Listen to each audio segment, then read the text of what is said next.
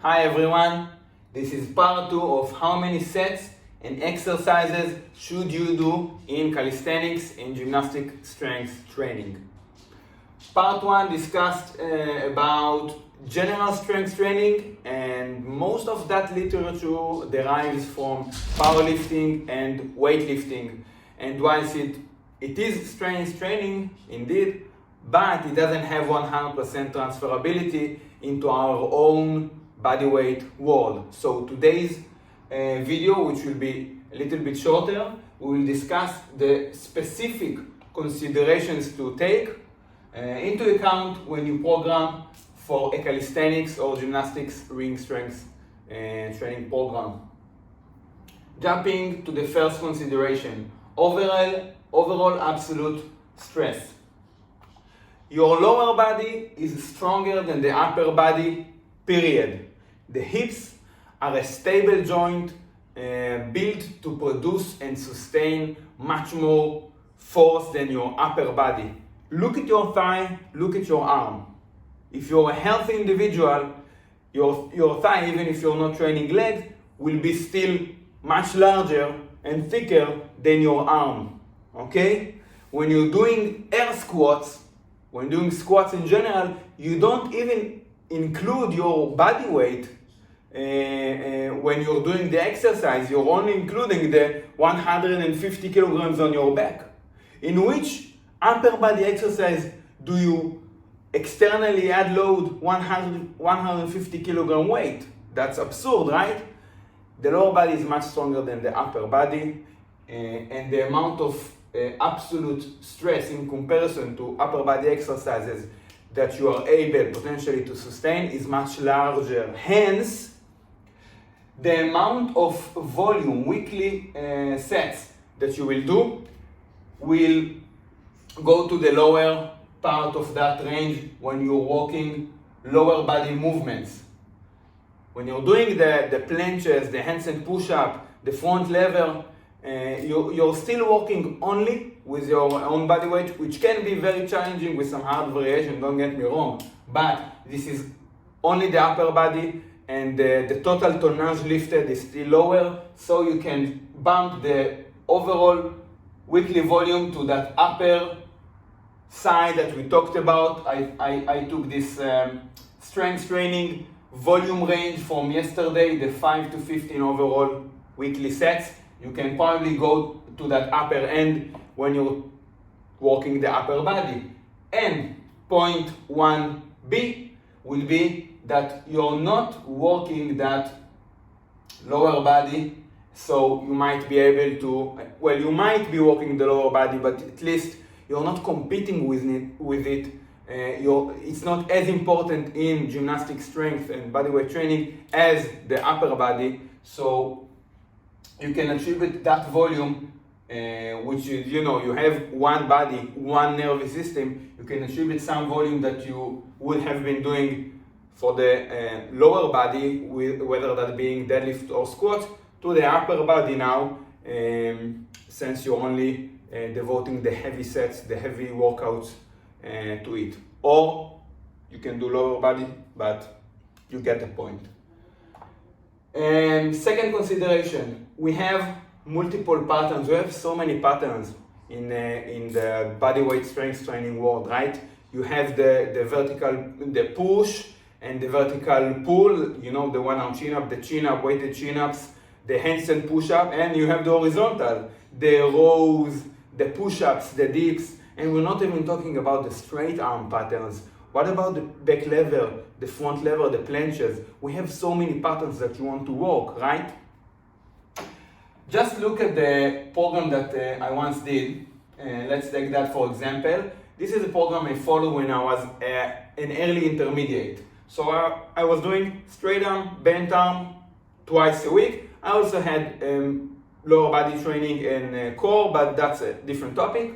I was doing those 4 movements twice a week each. So front lever, planche, the straight arm, and one arm chin up, handstand push up, the bent arm session. And whilst, yes, those are overall absolute less stress movements compared to the lower body, I was doing so many different movements simultaneously that the overall weekly volume was so high that they did ended up interfering with one another. So even if you're at that, let's take that upper threshold, 15 weekly sets per movement, I had so many movements, 15 for the front lever, 15 for the planche, and the one arm chin up and the headstand push up, that I ended up doing too much heavy work altogether. Okay? And so most movements for me worked. I improved most of them, but not all of them to the amount that I was expecting and hoping for in my progression model in that early intermediate program I was doing. And some of it indeed is because I was working multiple patterns simultaneously. Overall weekly volume was too high. My advice for you, set only 1 to 3 goals at a time. No more than 3. 3 is the absolute maximum number of goals. And I'm not talking only strength, I'm talking in general. Handstand will be included as 1, and if you do mobility work, that will be included as 2, because we're also taking into account mental capacity and such things that do not necessarily stress maybe the musculature system or the nervous system to as much like the upper body strength work, but regardless they take time, effort, and other resources.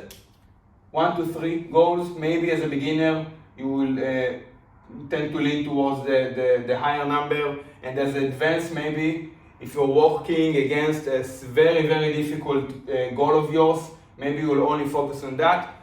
2 years ago, that was the iron cross for me. I ended up understanding that it was such a weak point for me, pulling in general, but also my wingspan, that I said I'm only doing that. I'm attributing more of the volume for the other skills into that, the recovery resources into the iron cross, and hence I will theoretically make more progress.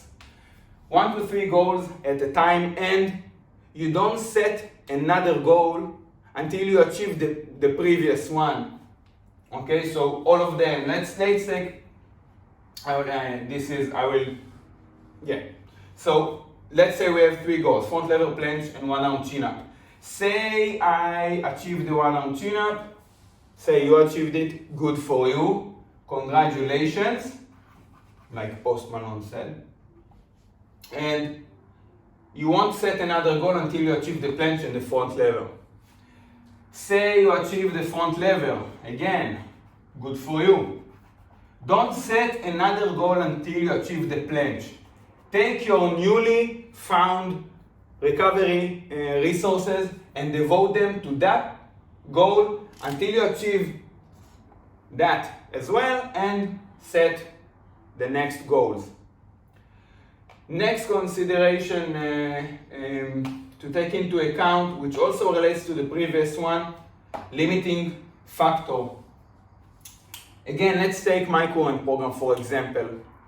I came from the powerlifting, weightlifting background, so I added a lot of muscle mass and a lot of strength, mainly working obviously barbell movements, dumbbell movements, but not gradually stressing my joints to the same degree over time. So I didn't build the joint integrity, and definitely not the elbow integrity to the same amount that I did for my strength. Heavy Maltese and heavy iron cross are 2 sessions that are scheduled within my week. And I know that for me, elbow integrity, elbow strength is definitely my limiting factor. It all drains down to this, okay? Whether I will be able to recover, it drains down to this. My pecs feel fresh, my back feels fresh, my head feels fresh. Everything drains down just to this.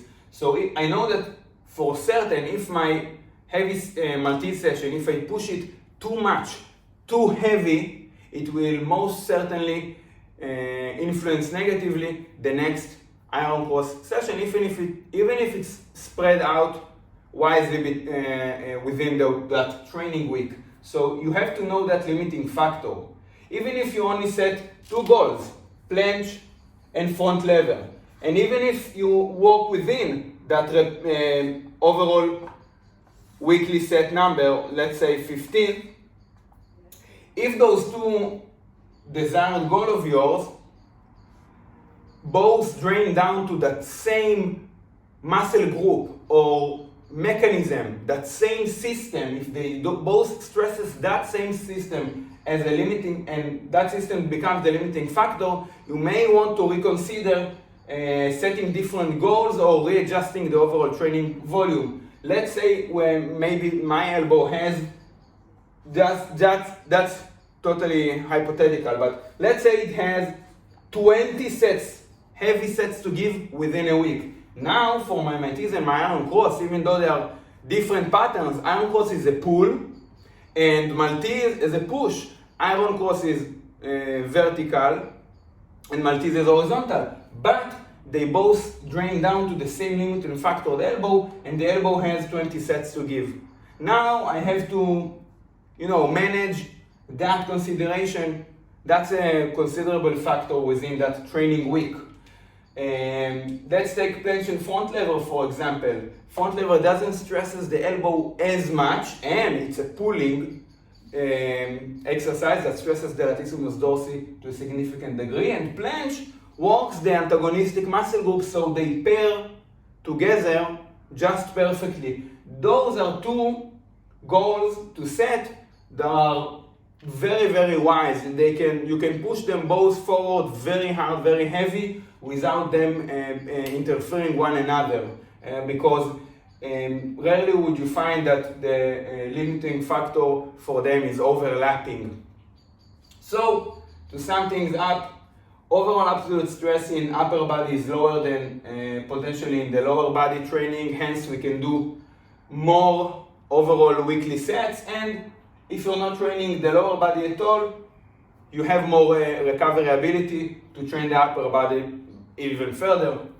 Make sure that you're not doing too many patterns at the same time, simultaneously working them. I advise 1 to 3 goals at a time. Otherwise, overall weekly volume is just too high. And even if you have the patterns down to 1 to 3 patterns maximum, make sure that they don't drain down to that same muscle group or that same mechanisms, as they will be the limiting factor inhibiting you to make the next jump in progress. So that's it for today, guys. Drop a comment down below in the comment section. What topic should we discuss next? Please like the video if you enjoyed the video, subscribe to the channel if you want to see more content, and see you guys next time. Thank you.